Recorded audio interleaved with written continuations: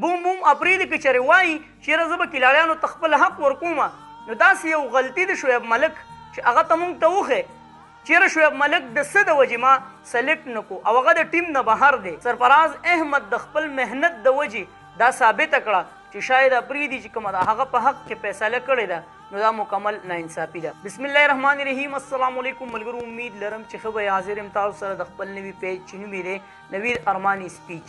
ملګرو څنګه تاسو ته معلومات دي چې د پاکستان او د نیوزیلینډ خلاف ټیسټ میچ سیریز و. 2 میچونه اولنی میچ هم ډرا شوی او دویم میچ هم نن ډرا شو.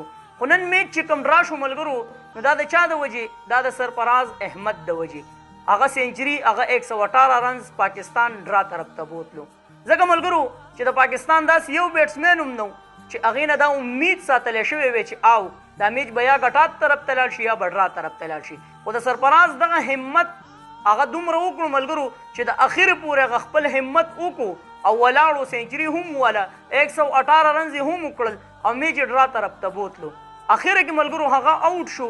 بیا ابرار حسیم شاه هغوی هغه 15 اووره ولوبول او میچ ډرا شو. پاکستان 304 رنز وکړه ملګرو. مکمل چې کوم تفصیل دی هغه د تصویر کې تاسو ته ښکاري. سیټ کې هم ملګرو سرفراز احمد سره یو ځل بیا ډېر زیات ظلم وشو. څنګه چې شاید افریدي چیف سلیکټر شو نو هغه چې کومې خبرې کولې ټول پاکستانیان ډېر زیات خوشحاله وو، پښتانه هم خوشحاله وو چې شاید افریدي راغی هغه به اوس کلاړیانو ته خپل حق ورکوي. بیا د سرفراز احمد په دې ټیسټونو کې چې هغه رنز کم وکړل او د هغه همت چې دا هم ویلی شوي دي د سرفراز احمد په حوالې سره چېرې د خپل ټریننګ هغه ګنټه دوه چې هغوی دپاره ریسټ ورکوي هغه ریسټ کې هم هغه کوشش کړی دی چېرې زه پریکټس وکړم.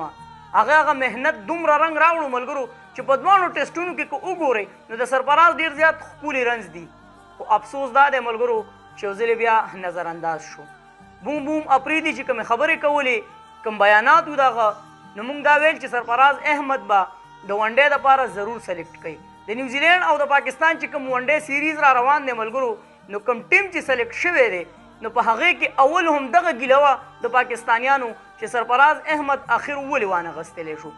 بیا شرجیل په باره کې خو 100% د پاکستانیانو دا سوچو چې شرجیل به لازمي راولي. وجه څه ده چې شرجیل هم سلیکټ نه شو. شاید افریدي چې کوم کانفرنس و نو په هغې کې دا خبره وکړه د سرفراز احمد حوالې سره چې رضوان دې وخت کې مکمل پټ دی. T20 دپاره هم پټ دی او د ون ډے دپاره هم پټ دی. خو بیا د پاکستانیانو دا ګیله وه چې یاره خدای مکه که رضوان خوږ شي نو زمونږ سره دویم چې کوم کیپر دی هغه نشته. نو کم از کم شاید افریدي له پکار و چې سرفراز احمد یې په دغه 20-22 کلاړیانو کې سلیکټ کړی وی نو زه دومره وه چې سرفراز دا کم محنت په دې ټیسټ کې وکړو ټیسټونو کې وکړو نو هغه به یو امید پیدا شوی وی چې زما دا چې کم محنت ما وکړو نو دا نظر انداز نه شو.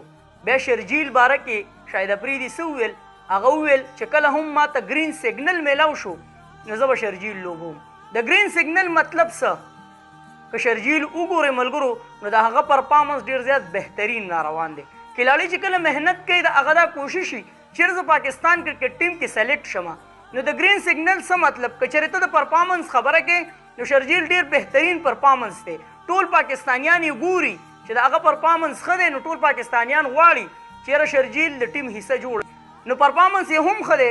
او که چېرې ته بیا بله خبره کوې چېرې ما ته د بل طرفه اډر میلاو شي نو بیا ته چیف سلیکټر د څه دپاره ته خو چیف سلیکټر یې چې ته د بل په اشارو باندې کینې پاسې نو بیا هم هغه خبره شوه چې کلاړیانو ته خپل حق میلاو نه شو.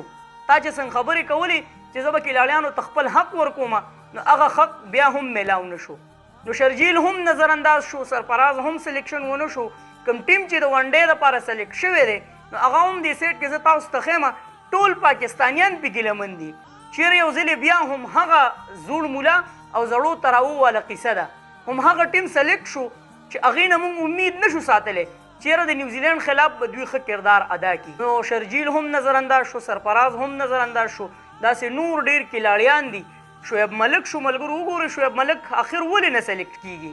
بوم بوم افریدي که چېرې وایي چېرې زه به کلاړیانو ته خپل حق ورکوم نو داسې یو غلطي د شعیب ملک چې هغه ته موږ ته وښې چېرې شعیب ملک د څه د وجې ما سلیکټ نه کړو او هغه د ټیم نه بهر دی. د هغه بالینګ د هغه بیټینګ 100% پرفارمنس ورکوي د پاکستان کرکټ ټیم دپاره. آیا وجه څه ده چې هغه د ټیم نه بهر دی؟ او د ګرین سیګنل مطلب څه دی موږ په دې باندې پوه نه یو. نو که کمنټس کې موږ ته تاسو ووایئ چې د ګرین سیګنل څه مطلب دی نو هغه به ډېره زیاته ښه وي. بیا چې کوم ون ډے سیریز را روان دی نو په 9 جنوري باندې غالبا چې اولنی میچ دی د پاکستان او د نیوزیلینډ. تاسو څه وایئ د دغه ټیم حوالې سره چې کوم ټیم سلیکټ شوی دی بیا د سرفراز حوالې سره تاسو څه وایئ کمنټس کې موږ سره خپله رایه لازمي شریک کړئ. ویډیو د ملګرو سره شیر کړئ ځکه ډېرو ملګرو ته پته نشته چې نوید به اوس نوید ارماني سپیچ چې کوم پیج دی نو په هغې باندې اوس خپلې ویډیوګانې اپلوډ کړئ ځکه هغه نورو پیجونو باندې وارننګ راغلی دی. نو ویډیو لازمي د ملګرو سره شیر کړئ چې ټول ملګري دې پیج ته راشي او دغه چې کوم اپډیټ دی به تاسو سره په دې پیج باندې شریک کوم. ما نوید ارماني په خپلو دعاګانو کې یاد ساتئ تاسو زما په دعاګانو کې هر وخت چېرته مې الله خاد آباد او خوشحاله ساته. اخره کې واس پاکستان زنده باد، مسلمان زنده باد، تل دې وي آباد دې وي زموږ وطن پاکستان دې وي مسلمان دې وي. الله